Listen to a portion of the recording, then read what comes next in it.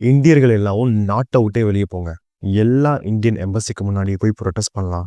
எல்லாரும் இந்தியனோட ஐடியாலஜி, இந்தியாவோட கண்ட்ரியோட டாமினேட்ஸ்லேருந்து வெளியே வரலாம்.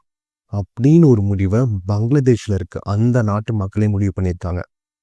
ஆனா நம்ம ஹிஸ்டரியை திரும்பி பார்த்தா 1971 பங்களாதேஷ் ஈஸ்ட் பாகிஸ்தானா இருந்தப்ப அந்த ஒரு கண்ட்ரி ஃபார்ம் ஆகிறதுக்கு இந்தியன் ஆர்மி ரொம்ப பெரிய ஹெல்ப் பண்ணியிருந்திருக்காங்க.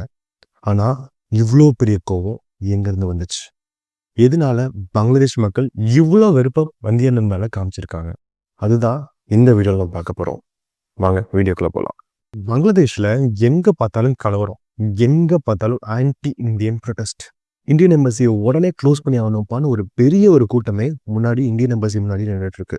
இந்தியன் கவர்மெண்ட் இது எல்லாத்தையும் பார்த்துட்டு எந்த ஒரு ரியாக்ஷனுமே இன்னைக்கு நமக்கு முன்னாடி இந்த ஆர்மி சீஃப் என்ன பண்ணியிருக்காரு, ஜெனரல் மனோஜ்ன்றவர் அவரோட ஸ்டேட்மெண்ட் கொடுத்திருக்காரு. இந்தியா கண்டிப்பா பேசாது. இந்தியா இந்த ஒரு பங்களாதேஷில் நடக்கிற ஒரு இன்டர்னல் இஷ்யூக்கு எந்த ஒரு கருத்துக்களும் தெரிவிக்க மாட்டோம். ஏன்னா நம்ம இந்தியாவோட நெய்பரை எடுத்துக்கிட்டோம். Pakistan, Afghanistan, Myanmar, Bhutan, Sri Lanka, especially the super power China, இது எல்லா கண்ட்ரியும் நம்ம எடுத்து பார்த்துட்டோம்னா இந்த கண்ட்ரியில நடக்கிற இன்டர்னல் இஷ்யூக்கு இந்தியா தலையிடாது. அவங்க இன்லேண்ட்லேயே பாலிடிக்ஸ்க்காக சண்டை போட்டுக்கட்டும், அங்கே இருக்க நாட்டு மக்கள் ஒரு இன்டர்னல் கான்ஃப்ளிக்ட் இருக்கட்டும், எந்த ஒரு பெரிய கண்ட்ரியும் தலையிடாது. எஸ்பெஷலி ஒரு சில சூப்பர் பவர் தவிர. இதுல முக்கியமான விஷயம் எடுத்துக்கிட்டோம்னா பங்களாதேஷ்ல 2009 ஷேக் ஹசீனான்னு ஒரு லீடர் தலைமை தாங்குறாங்க. அதாவது அந்த லீடர் என்ன பண்றாங்க, அவங்களோட டென்யூர்ல இந்தியாவை சப்போர்ட் பண்ற மாதிரி, இந்தியா ஐடியாலஜி சப்போர்ட் பண்ற மாதிரி இந்தியா ஒரு சப்போர்ட்டராகவே அந்த கவர்மெண்ட்ல லீடரா இருக்காங்க. அந்த நேரத்தில் ட்ரேடு, எக்கானமி எல்லாமே பங்களாதேஷோட இந்தியாவோட ரிலேஷன் எல்லாமே ரொம்ப நல்லா இருந்துட்டு இருந்துச்சு. இப்போ என்ன பண்ணியிருந்திருக்காங்க, அந்த நாட்டோட மக்கள் ஷேக் ஹசீனா கரப்ஷன் நிறைய பண்றாங்கப்பா, ஷேக் ஹசீனாவோட கவர்மெண்ட் நல்லாவே இல்லை, ஷேக் ஹசீனா அவங்களோட ஃபேமிலியில் இருக்க பீப்புள், அவங்க அண்ணா தம்பி, அவங்க வீட்டில் இருக்க சொந்தக்காரங்க எல்லாத்துக்குமே ஒரு பிரைவேட் கம்பெனி வச்சுட்டு அந்த இடத்துல ஹமாலா மணி டிரான்சாக்ஷன், மணி லாண்ட்ரிங், எல்லா கரப்ஷனும் நடந்துகிட்டே இருக்கு. அவங்க டென்யூரில் 2009 பங்களாதேஷ் வளரவே இல்லை அப்படின்னு முடிவு பண்ணி ஷேக் ஹசீனாவை தன்னோட நாட்டை விட்டே துரத்துறாங்க.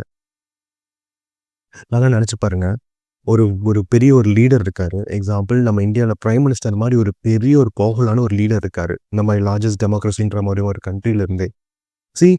அந்த ஒரு லீடர் ஜஸ்ட் தன்னோட நாட்டு மக்கள், தன்னோட எலெக்ட் பண்ண தான் லீடராகவும் எலெக்ட் பண்ண ஒரு தன்னோட நாட்டு மக்களாகவே நாட்டை விட்டே வெளியே துரத்தப்பட்டிருக்காங்க.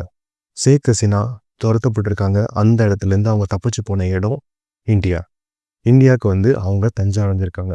இந்த இடத்துலையும் பங்களாதேஷோட மக்கள் இதுக்கு எல்லாத்துக்கும் பின்னாடி, இந்த கரப்ஷன் எல்லாத்துக்கும் பின்னாடி அந்த இடத்துல இந்த இடத்துலையும் பங்களாதேஷோட மக்கள் இது எல்லாத்துக்கும் பின்னாடி, இந்த கரப்ஷன், ட்ரேட் இஷ்யூஸ் எல்லாத்துக்கும் பின்னாடி இந்தியா இருக்குன்னு முடிவு பண்ணிட்டாங்க.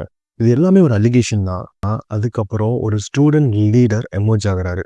அந்த ஸ்டூடெண்ட் லீடரோட நேம் ஷாரிஃப் ஒஸ்மான் ஹண்டி. அந்த ஸ்டூடெண்ட் லீடர் என்ன பண்றாருன்னா அடுத்த ஒரு லீடர்ஷிப்பை எடுத்துக்கிறாரு. அடுத்து கவர்மெண்ட்ல யார் தான் ரூலர் ஆகணும் அப்படின்ற ஒரு லீடர்ஷிப்பை அவர் எடுத்துக்கிறாரு. நெக்ஸ்ட் முக்கியமான விஷயம் என்னன்னா, நெக்ஸ்ட் February 2026 அந்த லீடர் எலெக்ஷன்ல கண்டெஸ்ட் பண்றதா இருந்தது. நெக்ஸ்ட் அந்த அடுத்த ஒரு லீடர் போயிட்டாங்க. நெக்ஸ்ட் ஷாரிஃப் ஒஸ்மான் ஹடி அடுத்த ஜெனரல் எலெக்ஷனுக்காக வெயிட் பண்ணிட்டு இருக்காரு.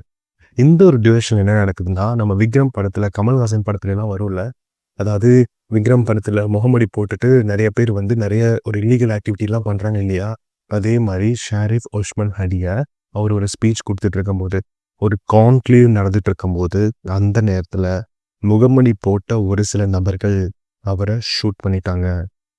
இது டிசம்பர் 12 நடக்குது. டிசம்பர் 12 நடந்ததுக்கு அப்புறம் ஓகேப்பா, பங்களாதேஷில் டாக்கால வச்சு நம்ம ட்ரீட்மெண்ட் பண்ணா சரியா வராது, இன்னும் ஏதாவது த்ரெட் நமக்குள்ள கண்டிப்பா இருக்கும் அப்படின்னு இன்னும் ஒரு ஹை கேர் மெடிக்கலுக்காக, அதாவது சிங்கப்பூர் போறாங்க.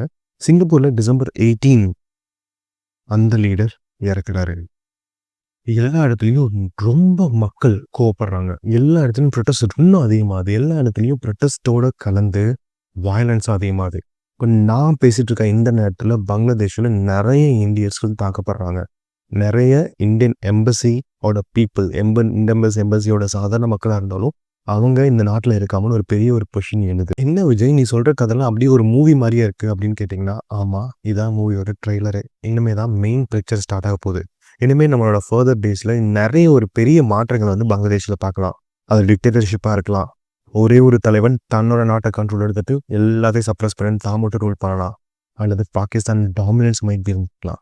ஆனால் இதுக்கு எல்லாத்துக்கும் ஒரு ஸ்பார்க் இருக்கணும்ல. அந்த ஸ்பார்க் எங்கே ஸ்டார்ட் ஆச்சு தெரியுமா? ஈவன் நம்ம ஹிஸ்ட்ரி திரும்பி பார்த்தோம்னா ஒரு பெரிய புரட்சி எடுத்துக்கலாம். ஃப்ரெஞ்ச் ரெவல்யூஷன், ரஷ்ய புரட்சி, எல்லா புரட்சியிலையும் ஒரு சின்ன ஒரு ஸ்பார்க்ல இருந்து ஒரு தலைவன் உருவாவான். இந்த இடத்துலையும் அந்த ஸ்பார்க் ஷரீஃப் உஸ்மான் ஹடியோட சுனரல்.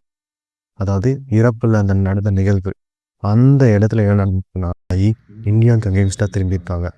எனக்கு ஒரு இன்ட்ரெஸ்டிங்கான விஷயம் அதில் தெரிஞ்சிச்சுங்க. ஷரீஃப் உஸ்மான் ஹடி ஒரு ஸ்டூடெண்ட் லீடர். அதாவது நம்மளோட இந்தியாவோட நெய்பரிங் கண்ட்ரி எடுத்துக்கோமே, அதாவது பாகிஸ்தான், ஆப்கானிஸ்தான் அந்த மாதிரி countries. Afghanistan government take over ஆகி தாலிபான் வந்து கேப்சர் பண்ணி தாலிபான் ரூல் பண்ண ஆரம்பிச்சிட்டாங்க. அதாவது தாலிபான் வந்து ஒரு டெரர் ஆர்கனைசேஷன் எல்லாரும் நம்பிட்டு இருக்கோம், எல்லாத்துக்குமே தெரியும். ஆனால் உண்மையாலுமே அது அப்படி தான். அதாவது வந்து வயலன்ஸ் மூலிமா, ஒரு ஆர்மி மூலிமா, ஒரு வெப்பன், கன், நைஃப் இது மூலிமா ஒரு கண்ட்ரியை டேக் ஓவர் பண்ணுறது தான் மிலிட்ரி கம்ப்ளீட்டாக டேக் ஓவர்ன்றதை சொல்லுவாங்க. அது தாலிபான் பண்ணாங்க. தாலிபான் அங்கே இருக்க ஆப்கான் கவர்மெண்ட்டை ஓரம் தள்ளிட்டு அவங்க வந்து கண்ட்ரியை வந்து கேப்சர் பண்ணிட்டாங்க. வந்து ரிசர்ச் பண்ணிட்டு இருக்கும்போது தாலிபான்னா என்ன தெரியுமா? தாலிபான்னா ஒரு student organisation. Taliban means student. நம்ம எல்லாரும் சின்ன வயசுலேருந்து தெரிஞ்சிருக்கோம். ஸ்டூடெண்ட் வந்து மோஸ்ட் பவர்ஃபுல் வெப்பன். ஸ்டூடெண்ட் வந்து மோஸ்ட் பவர்ஃபுல் வெப்பன். யங்ஸ்டர்ஸ் வந்து அதிகமான நாடு இது. யங்ஸ்டர்ஸ்க்கு வந்து நிறைய ஐடியாஸ் இருக்குது. நம்ம உலகத்திலேயே பவர்ஃபுல்லான நாடுன்னு பார்த்தா இந்தியாவை தான் சொல்லலாம். ஏன்னா நிறைய யங்ஸ்டர்ஸ் இருக்காங்க, நிறைய எக்கனாமிக் ஜென்ரேஷன், நிறைய ஐடியாஸ் கிரியேட் பண்ணலாம் அப்படின்றதெல்லாம் தெரிஞ்சிருக்கோம். எனக்கு அதெல்லாம் சின்ன வயசுலேருந்து நான் வந்து யோசிச்சுட்டு இருக்கும்போது, சின்ன வயசில் இந்த மாதிரி ஒரு தாட்லாம் சொல்லும்போது அது எப்படி நடக்கும் அப்படின்னு எனக்கு ஒரு பெரிய கொஸ்டின் மார்க் எனக்குள்ளே இருந்துச்சுங்க. ஆனால் இந்த வீடியோ, இந்த ஒரு நியூஸ் எல்லாமே உங்களுக்கு இன்னும் கிளாரிட்டி கொடுக்கும் எனக்குள்ளே இருந்த மாதிரி. அதாவது ஸ்டூடெண்ட் ஆர்கனைசேஷன் இருக்கலாம், ஆனால் ஸ்டூடெண்ட் ஆர்கனைசேஷன் ரிலீஜியஸ் டாமினேட் இருந்துச்சுன்னா அந்த கண்ட்ரியே நாசமாக போயிடும். நம்ம தாலிபான் எடுத்துக்கலாம். அந்த ஒரு ஸ்டூடெண்ட் ஆர்கனைசேஷன் அவங்களோட அந்த கருத்துக்கள் அவங்க சின்ன வயசுலேருந்து லேர்ன் பண்ணது எல்லாமே ஒரு சில பர்டிகுலர் ரிலீஜனோட லாஸ். ஒரு பர்டிகுலர் ரிலீஜன் மட்டும் சுப்பீரியாக இருக்கணுன்றதுக்காக. ஸோ ஒரு யங் மைண்ட் அதுக்கு என்ன இன்புட் கொடுக்குறோம், நல்லது சொல்கிறோமா, நல்ல வார்த்தைகள் பேசுகிறோமா, நல்ல எண்ணங்கள் கொடுக்குறோமான்றது தான் அந்த ஒரு கண்ட்ரி எப்படி ரூல் ஆகுன்றதுல இருக்குது. ஸோ நம்ம கண்ட்ரிலையும் அப்படி தான். நம்ம வந்து தாலிபான் வந்து அந்த ஒரு ஸ்டூடெண்ட் ஆர்கனைசேஷன் வந்து எப்படி ரிலீஜியஸாக மாதிரி ஒரு வெப்பனை கையில் எடுத்துகிட்டு அந்த கண்ட்ரியை டேக் ஓவர் பண்ணாங்களோ அந்த மாதிரி இல்லாமல் நம்ம கண்ட்ரிலையும் நம்மளோட யங்ஸ்டர்ஸ் வந்து ஒரு நல்ல இன்புட்ஸாக இருக்கணும். பங்களாதேஷ்லேயும் இப்போ நடந்துட்டு இருக்கிறது அதுதான். எப்படி ஆப்கானில் நடந்துட்டு இருந்ததோ ஒரே ஒரு ரிலீஜியஸ் டாமினேட்டரான ஒரு லீடர் கொல்லப்பட்டிருக்காரு. அடுத்து இந்த கொலை வந்து எப்படி நடந்திருக்கு, யார் அந்த முகமடி போட்டவங்க, இந்த முகமடி போட்டவங்க வந்து ஷேக் ஹசீனா சப்போர்ட்டர்ஸா, வேற ஏதாவது சூப்பர் பவர்ஸ், யூஎஸ்ஏ அந்த மாதிரி சூப்பர் பவர்ஸோட சப்போர்ட்டர்ஸா, இல்லை அந்த நாட்டில் உள்ளே இருக்க அந்த ரீஜனல் பீப்புளே வந்து அவங்க ஒரு லீடரை கொல்லணும்னு நினச்சி கொண்டுட்டாங்களா? அடுத்து எந்த ஒரு காமன் ஃபார்ம் ஆக போகுது அப்படின்றதுல ஒரு மிகப்பெரிய கேள்விக்குறியாக இருக்கும். எல்லாத்துக்கும் மேலே இந்தியாவோட ஸ்டாண்ட் எனக்கு ரொம்ப பிடிச்சிருந்துச்சுங்க. அது வந்து ஒரு இன்டர்னல் ஸ்டெபிலிட்டி இஷ்யூ. கண்டிப்பாக இதை பற்றி மூக்க நுழைக்க மாட்டோம், இதை பற்றி எதுவுமே பேச மாட்டோம். ஆனால் இந்தியா கண்டிப்பாக இந்த விஷயத்தையும் கற்றுக்கணும். எஸ், அவங்க இன்டர்ஃபியர் ஆக மாட்டாங்க. இன்டர்னல் ஸ்டெபிலிட்டி இஷ்யூ கண்டிப்பாக அதுதான். இந்தியாவோட எம்பசியை க்ளோஸ் பண்ண சொல்கிறாங்களே, இந்தியாவில் இருக்க மக்கள் வெளியேற சொல்கிறாங்களே, இதுக்கு இந்தியா கண்டிப்பாக ரெஸ்பான்ஸ் பண்ணி ஆகணும். உங்களோட கருத்து என்னென்னு இந்த வீடியோவில் கமெண்ட்டில் தெரிவிங்க.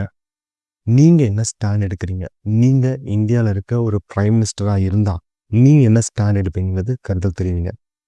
ஒரு சைடு இந்தியாவிலேருந்து இப்போ இந்தியா ஃபாலோ பண்ணிட்டு இருக்க மாதிரி எந்த ஒரு இன்டர்ஃபியர் ஆக மாட்டீங்க, இந்த இடத்துல கருத்துக்கள் தெரிவிக்க மாட்டீங்க. ஏன்னா அது ஒரு ரீஜனல் இஷ்யூன்னு தெரிவிப்பீங்களா? இல்லை பாலிடிக்ஸில் பவர் தியரி மாதிரி, பவர்ஃபுல் டாமினேட்ஸ் வீக் மாதிரி ஏதாவது ஒரு ரீஜனல் ஸ்டெபிலிட்டி, அதாவது வந்து பக்கத்தில் இருக்க நெய்பரிங் கண்ட்ரி நடந்தால் கண்டிப்பாக நம்ம இந்தியன் ஆர்மியாக இருக்கணும், அட்டாக் பண்ணணும், அந்த டெரிட்டரியை கேப்சர் பண்ணணும் அப்படின்னு சூப்பர் பவர்கள் நாடுகள் இருக்கிற மாதிரி அந்த ஒரு ஸ்டாண்ட் எடுப்பீங்களா? எதுன்றத கருத்தில் தெரிவிங்க. இந்த வீடியோவை லைக் பண்ணுங்கள், ஷேர் பண்ணுங்கள், நம்மளோட சேனலை சப்ஸ்கிரைப் பண்ணுங்கள். இன்னும் நிறைய நியூட்ரல் அனலைசிஸ் நியூஸ்க்கு. தேங்க்யூ.